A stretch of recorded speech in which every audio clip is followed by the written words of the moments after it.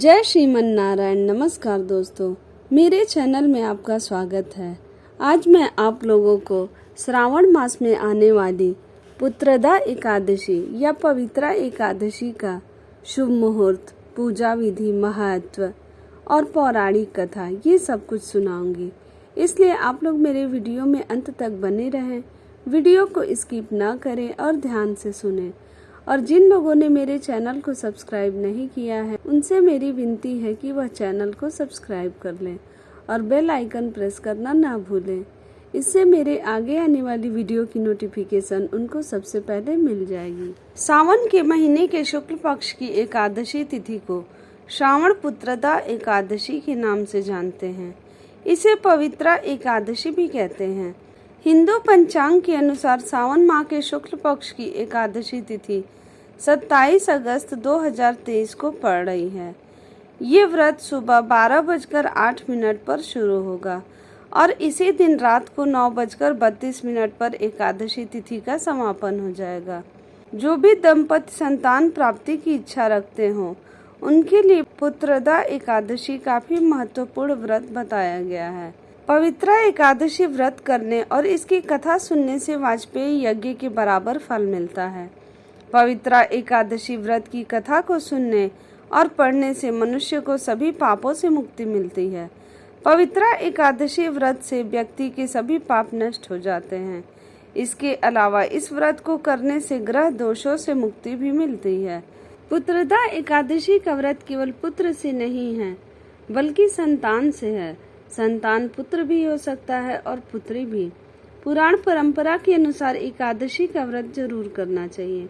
इसके अलावा जो व्यक्ति ऐश्वर्य, संपत्ति, स्वर्ग, मोक्ष सब कुछ पाना चाहता है उसे यह व्रत करना चाहिए।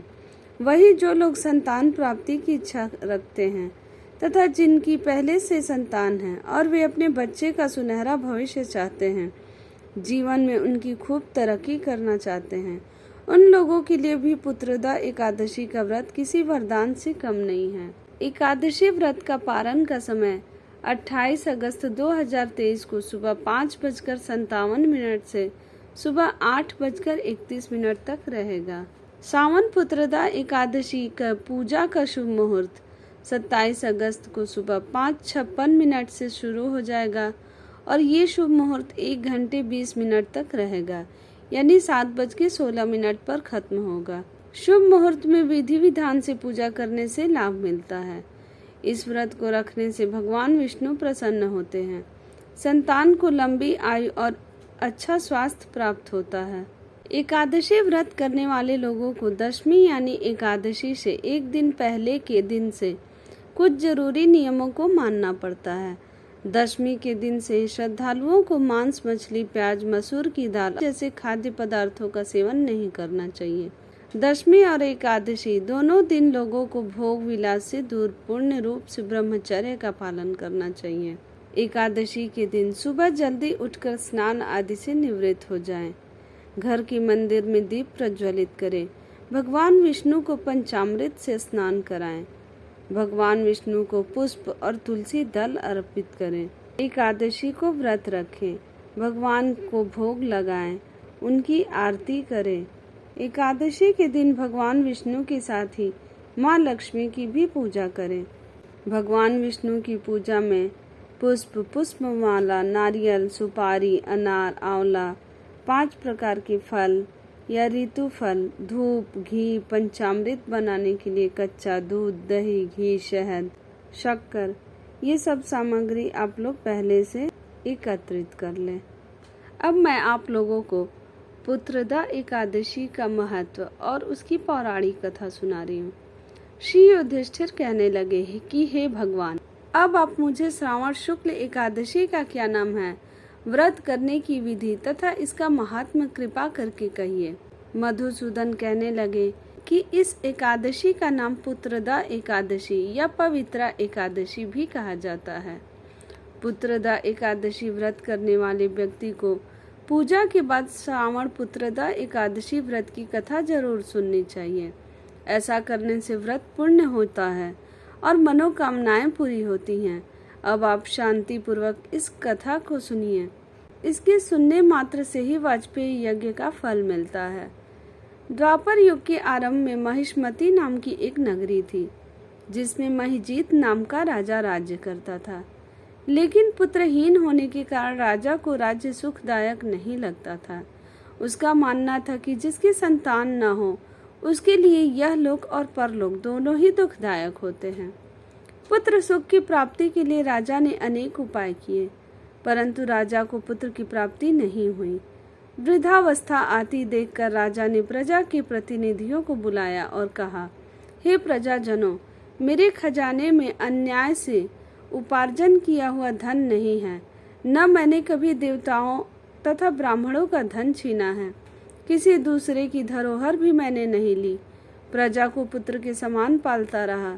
मैं अपराधियों को पुत्र तथा बांधवों की तरह दंड देता रहा। कभी किसी से घृणा नहीं की, सबको समान माना है। सज्जनों की सदा पूजा करता हूँ। इस प्रकार धर्मयुक्त राज्य करते हुए भी मेरे पुत्र नहीं हैं, सो मैं अत्यंत दुख पा रहा हूँ। इसका क्या कारण है? राजा महिजीत की इस बात को विचारने के लिए मंत्री तथा प्रजा के प्रतिनिधि वन को गए। वहां बड़े बड़े ऋषियों मुनियों के दर्शन किए। राजा की उत्तम कामना की पूर्ति के लिए किसी श्रेष्ठ तपस्वी मुनि को देखते फिरते रहे।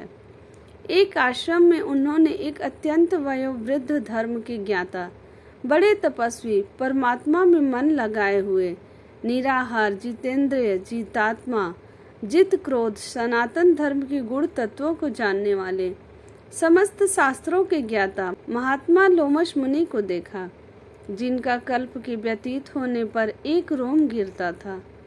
सबने जाकर ऋषि को प्रणाम किया। उन लोगों को देखकर मुनि ने पूछा कि आप लोग किस कारण से आए हैं?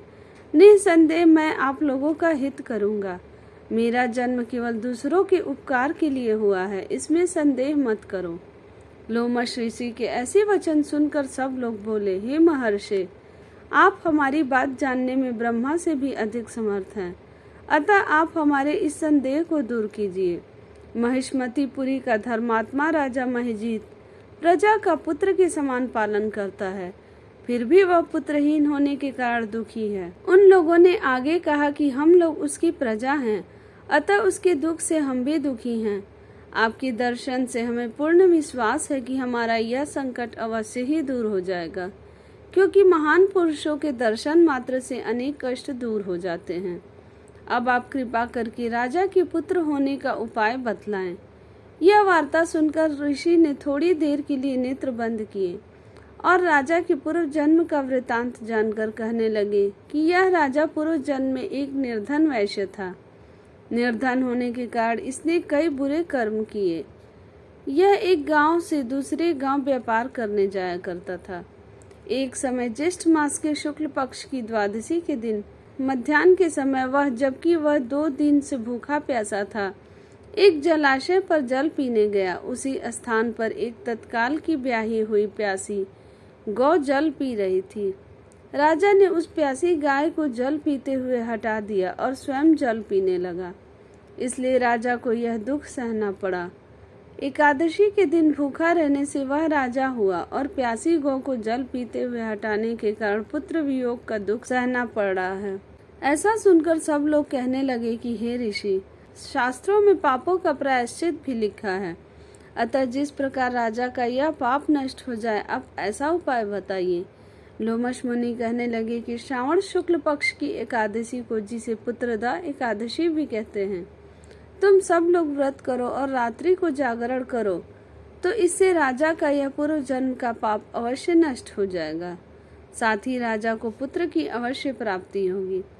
लोमश ऋषि के ऐसे वचन सुनकर मंत्रियों सहित सारी प्रजा नगर को वापस लौट आई और जब श्रावण शुक्ल एकादशी आई तो ऋषि की आज्ञा अनुसार सबने पुत्रदा एकादशी का व्रत और जागरण किया। इसके पश्चात द्वादशी के दिन इसके पुण्य का फल राजा को दिया गया। उस पुण्य के प्रभाव से रानी ने गर्भ धारण किया और प्रसव काल समाप्त होने पर उसके एक बड़ा तपस्वी पुत्र उत्पन्न हुआ। इसलिए हे राजन, इस श्रावण शुक्ल एकादशी का नाम पुत्रदा पड़ा। अतः संतान सुख की इच्छा हासिल करने वाले इस व्रत को अवश्य करें। इसके महात्म को सुनने से मनुष्य सब पापों से मुक्त हो जाता है और इस लोक में संतान सुख भोग कर परलोक में स्वर्ग को प्राप्त होता है। बोलो जय श्रीमन नारायण। अगर आपको मेरी यह कथा और जानकारी अच्छी लगी हो तो मेरे चैनल को सब्सक्राइब जरूर करें और वीडियो को लाइक शेयर जरूर करें। कमेंट में जय श्रीमन नारायण जरूर लिखें।